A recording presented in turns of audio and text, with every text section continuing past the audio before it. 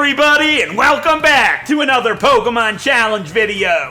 Last time, we took a small break, playing through Pokemon Fire Red, only using a single cast form, and only allowing the use of its signature move, Weather Ball, to deal damage. Today is going to be the start of our brand new challenge mini-series, where we go up the generational line, playing through as certain characters from the Pokemon anime. Today's subject is the Pokemon watcher, TRACEY SKETCHIT. And since there is no Orange Islands Pokemon game, let's do the closest thing and play through Pokemon Heart Gold. As always, guys, it would really mean the world to me if you click the like button down below if you find yourself enjoying this video at any point. And maybe if you want to see more videos like this, you can check out the playlist for all the Pokemon challenges I've already done on the channel thus far. And if you want to see more in the future and have not done so already, don't forget to subscribe and ring that bell for more. And shout out to these awesome people for leaving comments on recent Pokemon challenge runs. I'm really glad you guys are enjoying the videos, and I hope to see you guys in the future as well. With that being said, let's kick off this new mini-series of Pokemon challenges and see how easy it would be for TRACEY SKETCHIT from the Pokemon anime to beat Pokemon Heart Gold.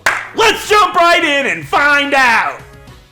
TRACEY SKETCHIT is a Pokemon watcher in the anime and a former traveling companion of Ash. He went on to work with Professor Oak at his laboratory afterwards as his assistant. He's a gentle person who has a hard time saying no to anybody, especially to pretty girls. He's a lot like Brock in many ways, with a vast knowledge of Pokemon. He's really good at drawing and usually sketches the Pokemon he watches. He's not really a person who battles with his Pokemon, however. They aren't trained for sport. Instead, he uses his partners in his field work. He has a Venonat, Marill, and a Scyther, the last of which he caught during his adventure with Ash. His Venonat has radar-like eyes that track Pokemon down for him, and his Marill has excellent hearing to detect faint sounds. His Scyther is his only Pokemon used solely for battling, which may or may not be apparent in today's challenge. Of these Pokemon, Marill is by far the weakest, with a base stat total of 250, while Venonat has slightly more at 305, and Scyther much higher with 500. Despite this, I want these three to work together as a team, and I will do my absolute best to make this not a Scyther solo run. TRACEY would have put all of his Pokemon to use, so that's exactly how we're gonna do it as well. Fun fact before we jump into the rules, TRACEY's Marill is actually the only Pokemon owned by a main character that produced an egg. Misty's Azurill is TRACEY's Marill's child. I almost named our Marill Big Daddy because it would have been a totally justified and appropriate nickname. Kind of. Anyways, let's get into the rules I'll be using for this run. I'm not allowed to use any items in battle. Held items and Pokeballs of any kind for HM users are fair game. Venonat, Marill, and Scyther are the only Pokemon allowed to participate in battle. And these three Pokemon are not allowed to evolve. TRACEY never evolved his Pokemon, so we won't be doing so either. And this challenge begins the moment I can trade. I'll catch 3 Pokemon and trade them away for 3 eggs I have prepared. These eggs will hatch into Venonat, Marill, and Scyther, and then the run will begin. As always, I hope you guys enjoy the video, and if you do, don't forget to leave a like down below real quick. With that being said, let's jump into this run and watch as TRACEY SKETCHIT from the Pokemon anime beats Pokemon Heart Gold. I start my adventure as a young boy named TRACEY SKETCHIT. Obviously, after picking a Chikorita for our starter Pokemon, because 2 of our 3 Pokemon are weak to fire, I catch several Pokemon and trade them all away for 3 eggs I have prepared. First we hatch Fairchild the Marill, then Murkot the Scyther, and finally, Valencia the Venonat. All 3 named after islands in the Orange Archipelago. Murkot Island is where TRACEY met Scyther, Fairchild because Marill later has a child, and Valencia because it's where it all began. With all of them starting at level 1, it's a rough start, but together they take down Joey and manage to work together well enough to get to suitable levels for the Sprout Tower. This place is perfect for Valencia. He has a pretty decent attack stat, and with compound eyes, he'll never miss tackle, and is 4 times resistant to grass. With Murkot by his side, they each get to level 9 while clearing out the Sprout Tower, while Fairchild remains at level 5. He's not actually going to be useful right now, believe it or not. It is time for the first gym challenge. The Flying type gym. and its leader Falkner. Now you might think this would be an issue being underleveled, since our Pokemon that are in fighting shape are weak to flying. But I mean, it's Falkner. Murkot has Focus Energy. I used this on the first turn to boost his critical hit chance. Getting a critical hit one-shots his lead Pidgey, and his ace, Pidgeotto, comes out. With Quick Attack, we guarantee several hits on Pidgeotto before going down, getting one final critical hit in the process, bringing Pidgeotto to red. I now send in Fairchild to give him some experience, and I go for a hit, because why not? Fairchild, without his energy being focused, gets a critical hit, finishing Falkner by himself. There's the Zephyr badge. 1 down, 15 to go. Before leaving town, we head over to the Pokemart and grab the egg from Professor Elm's aide. Comment down below if you want and guess the closest town in relation to where you think this egg is going to hatch. I'll give a shout out to the first person to get it right the next time we hatch an egg in a challenge video.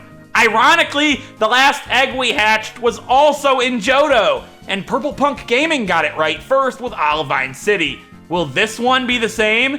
Get your guesses in. Heading south and through the Union Cave, I make sure to use Fairchild constantly. I wanted Murkot and Valencia for Falkner. Fairchild is my star for Bugsy. After clearing out Team Rocket in the Slowpoke well, Fairchild's almost to level 15. At that level, he learns the move Rollout. You can see where I'm going with this one. It's time for the second gym challenge, the Bug-type gym, and its leader Bugsy. He leads with a Scyther of his own, a man of taste. But I actually forgot he leads with Scyther in this generation, rendering my defense curl and rollout strategy useless, as it does way too much damage for Fairchild to make it through the fight.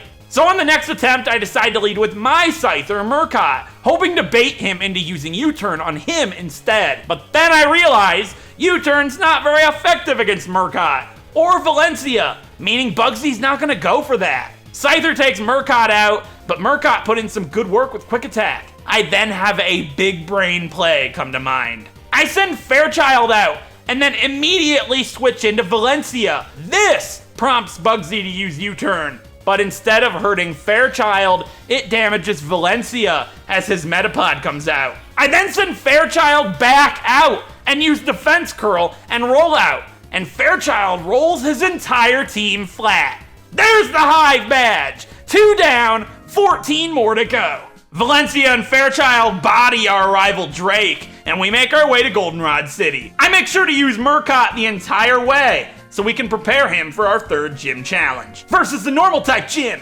and its leader, Whitney. See, Murkot has the move Vacuum Wave. It is a 60 base power move with Technician, super effective, and has priority. Even though Murkot's not a special attacker, we can couple this with Focus Energy for some critical hits. Whitney's lead, Clefairy, pulls out Sheer Cold with Metronome, thankfully missing, and 2 Vacuum Wave, with 1 getting a critical hit, takes it out. Murkot levels up to level 17 here and learns Agility. Could be useful in the future, so I get rid of Quick Attack. Miltank comes out and it misses its first rollout, allowing Murkot to take it to red with Vacuum Wave before going down. And Fairchild comes in, taking 1 final rollout, headbutting Whitney down. There's the Plane badge. 3 down, 13 more to go. North of Goldenrod City, our egg hatches into a Togepi. If you said Goldenrod City, you were correct. We then scare off Sudowoodo and reach Akrutique City. I also scare off a rude Team Rocket grunt who was harassing a kimono girl and get the HM for Surf. I teach this to Fairchild, of course, and then enter the Burned Tower for another rival battle with Drake. I don't even want to talk about this fight. It took almost 30 minutes and a lot of pain and suffering because of Quilava's smokescreen. It's not even a hard fight. I just missed an abnormal amount of times, and it spammed that move relentlessly. Regardless, we beat him and began our 4th gym challenge of this adventure versus the Ghost-type gym and its leader, Morty. Murkot uses Focus Energy and one-shots Ghastly with Pursuit, his ace Gengar with a critical hit, and then both of his Haunter, sweeping Morty with ease. There's the Fog badge. 4 down, 12 more to go. Instead of taking the usual route and going to Olivine, I make my way east to Mahogany Town. This is so I can battle the red Gyarados and get the red scale. Bringing this to Mr. Pokemon gets me the experience share. This is essential in a run where you have 3 Pokemon. and will help me balance my Pokemon's levels. I then clear out the Rocket hideout in Mahogany with Lance. This is where we would fight Pryce, but we are massively underleveled. Still mid to low 20s, so we have no chance to win this fight right now. Instead, I go west of Ecruteak to Olivine City, meeting up with Jasmine in the lighthouse, and reluctantly going to Cianwood to get medicine for the thing. In Cianwood, we grab the medicine and have our 5th gym challenge versus the fighting type gym and its leader, Chuck. And with Murkot having quick attack he's an absolute monster with Technician and completely wipes the floor with Chuck. There's the Storm Badge. 5 down, 11 more to go. Afterwards, we deliver the medicine to Jasmine in the lighthouse, and then go back to Mahogany Town to have our 6th gym challenge, against the one I think might be easier to do first. The Ice-type gym, and its leader, Pryce. We are still massively underleveled, lower than I have ever been for Pryce or Jasmine.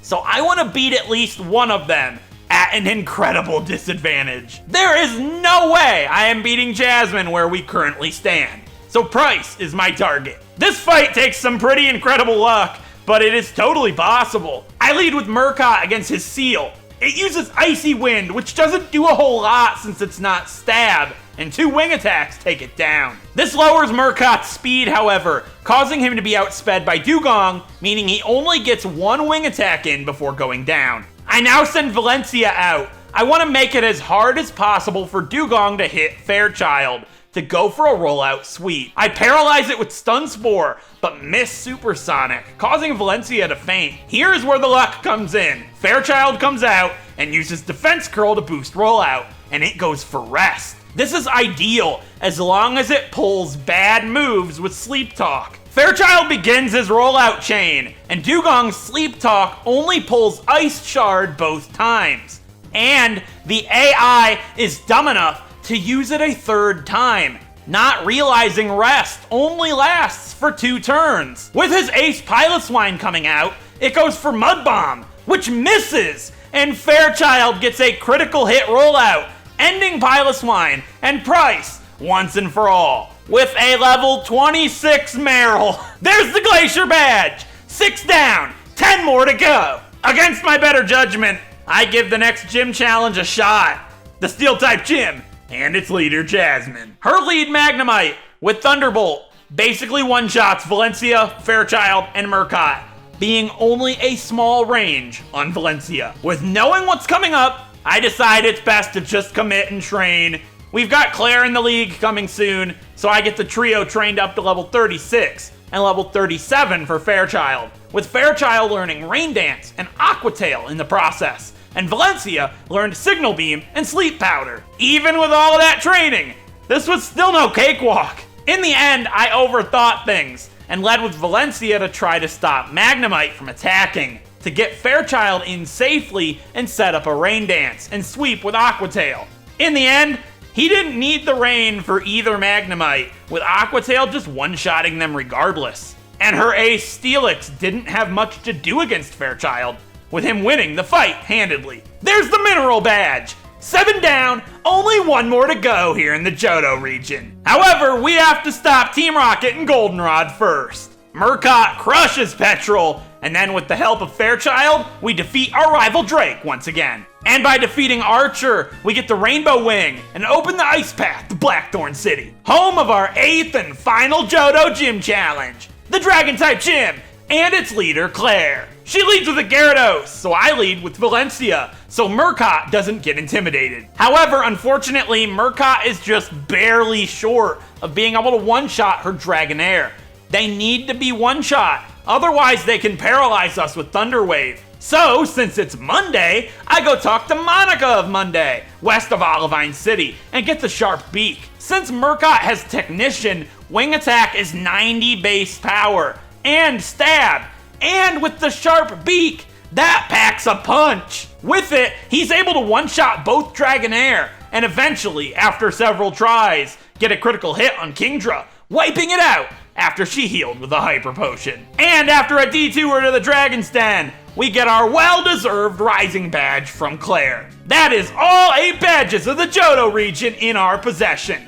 All that stands between us and making our way to the Pokemon League are the Kimono Girls and Ho-Oh. I expected a much greater challenge with the Kimono Girls, but with a critical hit on Jolteon, Murkot managed to defeat them all with ease. And Fairchild takes Ho-Oh down to a single hit point, and Murkot finishes the job. But before we can enter the Pokemon League, we have one final rival battle with Drake. And I was actually stuck on this for quite a while. I was incredibly close a couple of times, and Valencia was an absolute boss in those attempts, outspeeding his Golbat, but going down to his final Pokemon in Haunter, who he wasn't able to outspeed. Eventually, I realized my best chance is setting up Focus Energy against his lead Sneasel and getting a critical hit to one-shot his ace Typhlosion. Eventually, Murkot does, but that wasn't the end of the line. His Magneton is a massive issue with Thunder Wave and Supersonic, but luckily Murkot finally hit through enough to take it out, allowing for Fairchild to come in and finish Drake off. With that, we have reached the Pokemon League, and I don't think we are anywhere near ready, having struggled that much against Drake. With access to Victory Road for training, it wasn't too bad. I get everybody trained to level 52, which is really low considering my team. Regardless, let's give it a shot! First up is the Psychic Elite Four member versus Will. As you would expect, Murkot sweeps him clean, being a bug type and just all around incredibly strong. The second Elite Four member is the Poison type user versus Koga. And while he uses poison types, he also has bug types, making this another easy victory for Murkot. Then comes the third Elite Four member, the Fighting type user versus Bruno.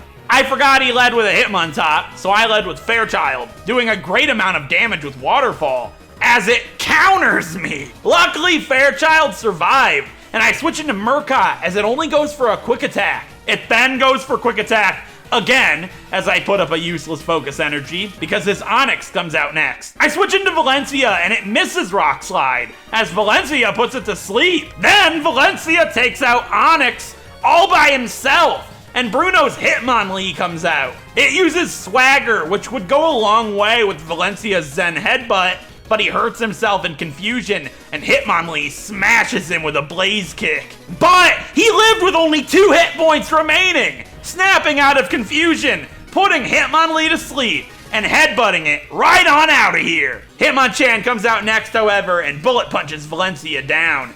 And now, Murkot comes in and finishes the job with Wing Attack. With the fourth and final member of the Elite Four up next, the Dark-type user versus Karen. And Murkot sweeps her as well, opening the way to the champion of the Johto region versus Lance, the Dragon Master. At this point, Murkot is level 53. And there is no way we are beating Lance at this state. I tried this for a long time. Even teaching Roost, Murkot isn't able to one-shot his Dragonite without a critical hit. And he has 3 of them. Even with Focus Energy, it's just not plausible. But I've picked up 4 rare candies along the way. And at level 57, Murkot learns Swords Dance. With his lead Gyarados having Intimidate and Ice Fang, Murkot gets the +5 attack, roosting in between turns, and Wing Attacks Lance's entire team down. TRACEY SKETCHIT just became the champion of the Johto region, but he's not done quite yet. We've got the Kanto region and Red. And as per usual, the Kanto region is really nothing of note. Brock did take quite a long time because it required pretty good luck, but other than that, it was really easy. What really matters, and why I spent 3 hours going through the Kanto region, and an extra hour on top of that to prepare, is the final battle with Pokemon Trainer Red. I wanted to see how low of a level we could actually do this at, and that required trying to sweep with Murkot once again. Fairchild is completely useless for this fight. It's all on Valencia to forge a path to victory for Murkot. He leads with a level 88 Pikachu, while our Venonat, Valencia, is only level 68. But Valencia has an incredibly low chance to survive Pikachu's Iron Tail, putting it to sleep. And then the hail thankfully takes Valencia out, giving Murkot a free switch in. Murkot must get 2 Swords Dances off, meaning Pikachu has to stay asleep for at least 3 turns. And if it does, we must not get affected by static. With those things going right, and after many attempts, Murkot wing attacks Red to oblivion. There you have it! TRACEY SKETCHIT from the Pokemon anime has what it takes to beat Pokemon Heart Gold. And he has won this game! This was a really interesting run. Not anything like I expected going into this. Honestly, I really did expect, no matter how hard I tried, for Valencia and Fairchild to be pretty useless. But throughout the entire journey, I feel like I equally used the team very well and put all of them to really good use. Obviously, Murkot was the leader, but I feel like Fairchild and Valencia played a pretty substantial part as well. Let me know what you guys thought about this run down below in the comments section. And if you want to see more videos like this in the future, don't forget to subscribe and ring that bell for more. I upload a Pokemon Challenge video just like this one every single weekend on Saturday, 10 a.m. Eastern Standard Time, and maybe sometimes other days too. The next episode in this mini-series of Pokemon Challenges is gonna be in the Hoenn region. What Hoenn anime character do you think I chose to play as next? It's one of my favorite anime characters of all time. I'd love to hear your guys' guesses down below. Want to check out that cast form video I did earlier in the week? You can find a link to that video over here. Or if you want to take your pick from all the Pokemon challenges I've done on the channel so far, you can find a link to that playlist over here. With that being said, I really do hope you guys enjoyed this Pokemon challenge, and I really hope I get to see you guys next time for another Pokemon challenge video. Hopefully, I'll see you guys then. Until then, thank you so much for watching!